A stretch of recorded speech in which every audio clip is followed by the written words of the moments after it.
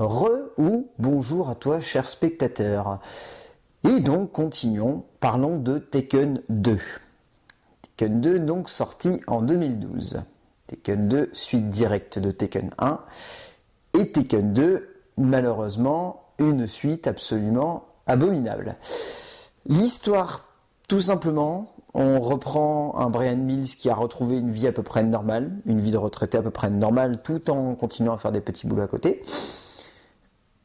Et en fait, sa femme, résultat, Lenny, est quasiment sur le point de divorcer du mari avec qui elle fait sa vie.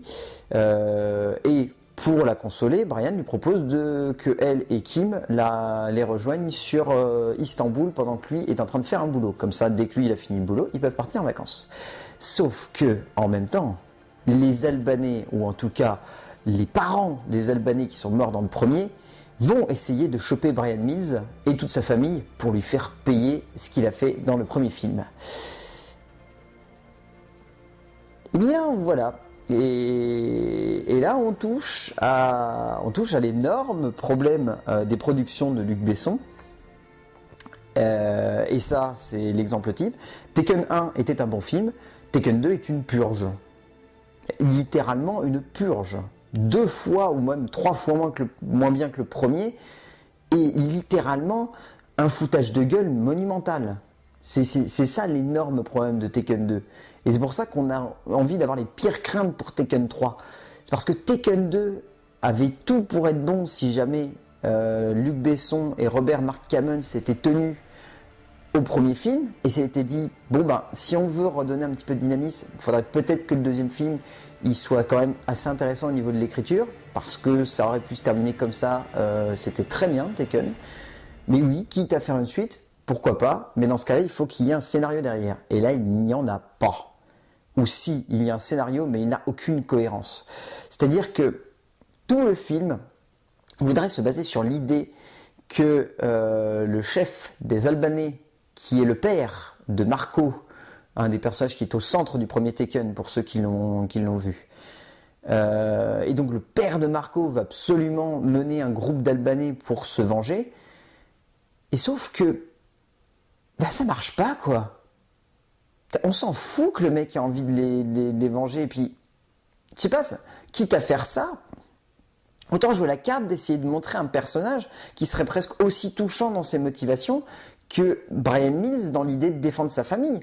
Et même pas, on se retrouve avec un espèce de méchant à 2 balles, enfin tout se confond dans ce film et il n'y a aucune logique. On sent que ça aurait presque été conçu comme un polar de 3 heures, ça aurait été presque plus logique tellement les événements s'enchaînent n'importe comment dans cette suite. Tout n'est là que pour amener de l'action gratuite. C'est-à-dire, pour donner un simple exemple, la première fois que Bryan Mills va se rendre compte qu'il se fait courser par des mecs, pour lui ça va sembler tout de suite logique de préparer un espèce de plan de fou dans sa tête et de dire à sa femme, bon alors chérie, là on va s'arrêter au carrefour, donc tu vas faire style, tu vas choper des fruits, puis ensuite tu vas aller dans le couloir là-bas, puis ensuite tu vas tourner à gauche, puis à droite, puis à gauche, puis à droite, puis ensuite tu vas aller tout droit dans un couloir rouge, tu vas ouvrir une porte, tu vas aller de l'autre côté de la rue, tu vas aller à l'étage, tu vas descendre.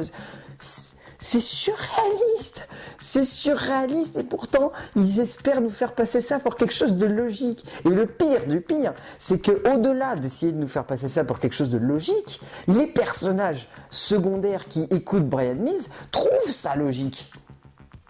Et là, on atteint des sommets de ridicule. Et comment ne pas mentionner ces idées à la con d'écriture, comme par exemple de faire en sorte que Bryan Mills va arriver à se repérer dans la ville d'Istanbul, tandis que sa fille va lui balancer des grenades dans la rue pour que lui compte le nombre de kilomètres qui les sépare d'elle, et arrive à calculer des cercles et avec des croisements, enfin... Il n'y a pas de logique dans ce film, il n'y a aucune logique. Ou si, il y a une logique de partir dans un délire tellement indécent et tellement barré que ça apporte rien. Rien du tout. Et entre ça, qu'est-ce qu'on nous fout ? On nous fout Olivier Mégaton à la réal. Olivier Mégaton qui est le pur faiseur par excellence pour Luc Besson. Olivier Mégaton, c'est le mec qui a fait le Transporteur 3. C'est-à-dire qu'il y a eu le Transporteur 1 qui était sympathique, le Transporteur 2 qui était pas très très bon mais qui restait potable, et tout de suite on a le Transporteur 3 qui a mis alors une purge qui se passe dans l'Europe de l'Est avec une affiche complètement mensongère et un Jason Statham mais ridicule du début à la fin. Et là qu'est-ce qu'il se dit Luc Besson ? Allez hop, je lui confie à Saga Taken. Et donc résultat, Olivier Mégaton qui est en charge du 2 et aussi en charge du 3. Et là, dans le 2, il part en cacahuète, il fait n'importe quoi, il fait des espèces de montages épileptiques absolument immondes.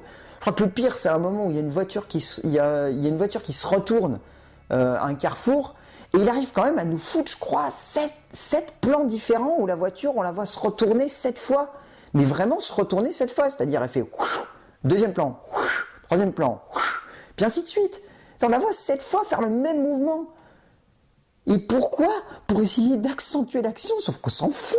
Les mecs, on n'a pas envie de se sentir touchés parce qu'ils se sont fait retourner leur bagnole. C'est même pas Brian Mills et sa fille, quoi.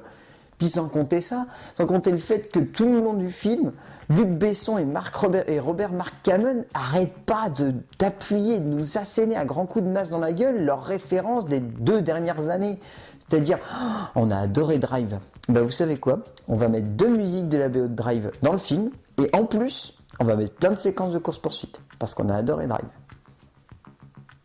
Ok, on a adoré Skyfall. On a trouvé que la séquence dans Istanbul, c'était super intéressant. Donc résultat, on va foutre le personnage exactement au même endroit.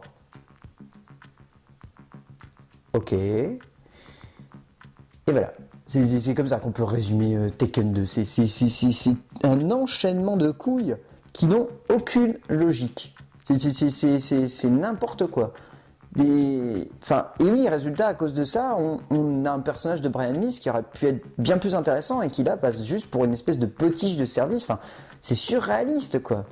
C'est-à-dire que Liam Neeson arrive à livrer une performance intéressante, mais à côté, il n'est pas aidé.